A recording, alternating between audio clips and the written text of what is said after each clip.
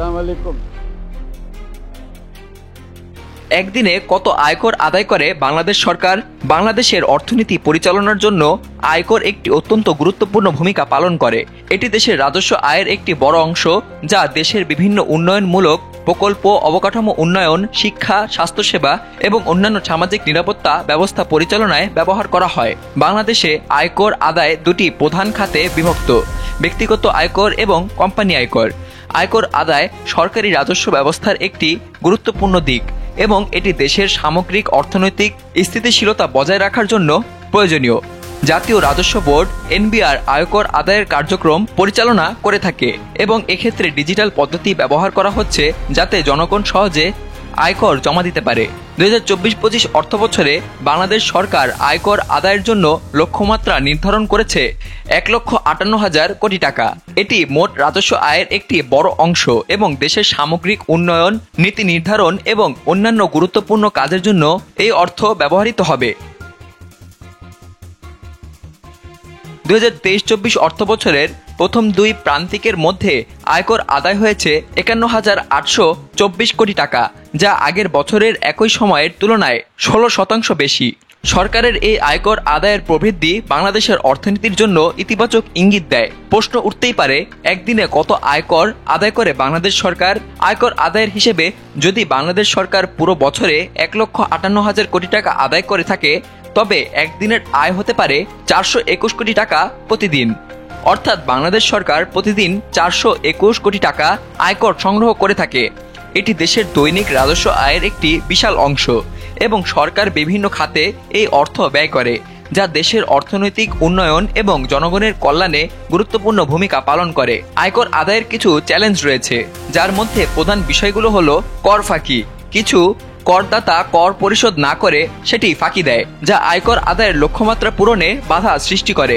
করদাতার সংখ্যা কম। বাংলাদেশে এখনো করদাতার সংখ্যা কম। সরকারের লক্ষ্য হচ্ছে আরও বেশি মানুষকে আয়কর আদায়ের আওতায় আনা।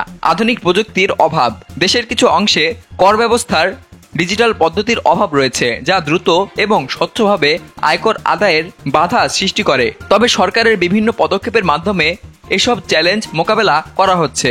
প্রযুক্তির উন্নয়ন এবং জনসচেতনতা বৃদ্ধির মাধ্যমে সরকারের আয়কর আদায় আরও বৃদ্ধি পেতে পারে। বাংলাদেশের বর্তমান সরকার একটি অন্তর্বর্তীকালীন সরকার পরিচালনা করছে, যার প্রধান উপদেষ্টা ডক্টর মোহাম্মদ ইউনূস। এই সরকার নির্বাচনকালীন সুষ্ঠু এবং গ্রহণযোগ্য নির্বাচন আয়োজনের জন্য কাজ করছে এবং দেশের রাজনৈতিক স্থিতিশীলতা বজায় রাখতে চায়। ডক্টর ইউনূসের নেতৃত্বে সরকার কর ব্যবস্থার আধুনিকীকরণের জন্য বিভিন্ন পদক্ষেপ নিয়েছে। বিশেষ করে আয়কর আদায়ে ডিজিটাল পদ্ধতির ব্যবহার বাড়ানো হচ্ছে, যাতে করদাতারা সহজে এবং দ্রুত তাদের কর পরিশোধ করতে পারেন।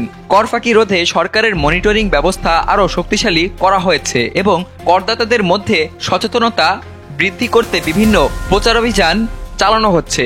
বর্তমান সরকার কিছু গুরুত্বপূর্ণ পদক্ষেপ গ্রহণ করেছে, যার মাধ্যমে আয়কর আদায় বৃদ্ধি করা সম্ভব হবে। ডিজিটাল পদ্ধতির বাস্তবায়ন, করদাতার সংখ্যা বৃদ্ধি, কর ফাঁকি রোধ, এডুকেশন এবং সচেতনতা, এই সমস্ত কার্যক্রম নিয়ে বর্তমান সরকার কর আদায়ে আরও গুরুত্বারোপ করছে। বাংলাদেশ সরকারের আয়কর আদায় সামগ্রিকভাবে উন্নতি করছে এবং আগামী দিনে আরও বৃদ্ধি পাবে। সরকারের আধুনিকীকরণ, উদ্যোগ এবং ডিজিটাল প্রযুক্তির ব্যবহারের ফলে আয়কর আদায় আরও স্বচ্ছ এবং দ্রুত হবে। এই সব পদক্ষেপ দেশের অর্থনীতিকে আরও শক্তিশালী করবে এবং জনগণের জন্য সুবিধাজনক হবে। বাংলাদেশ সরকারের প্রতিদিনের আয়কর সংগ্রহ 421 কোটি টাকা। এই আয়কর সরকার দেশের উন্নয়ন, শিক্ষা, স্বাস্থ্য এবং অবকাঠামোমূলক উন্নয়নে ব্যয় করবে। বর্তমান সরকারের পরিকল্পনা এবং পদক্ষেপের মাধ্যমে আয়কর আদায়ের প্রবৃদ্ধি অব্যাহত থাকবে এবং এই প্রক্রিয়াকে আরও সহজ, স্বচ্ছ এবং কার্যকর করা হবে। ভবিষ্যতে এই অর্থ দেশের সুষ্ঠু উন্নয়ন নিশ্চিত করতে গুরুত্বপূর্ণ ভূমিকা পালন করবে। বাংলাদেশে আয়কর আদায় দেশের উন্নয়ন এবং সরকারি খাতের সমৃদ্ধি নিশ্চিত করতে অত্যন্ত গুরুত্বপূর্ণ।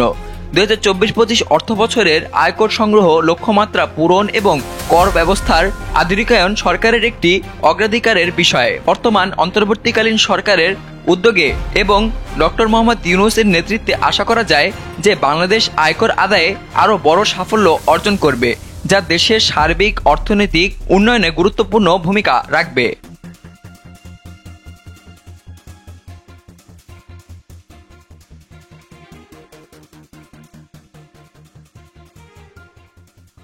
সকল প্রকার খবর জানতে এখনই সাবস্ক্রাইব করে রাখুন আমাদের চ্যানেল বাংলাদেশ কণ্ঠে।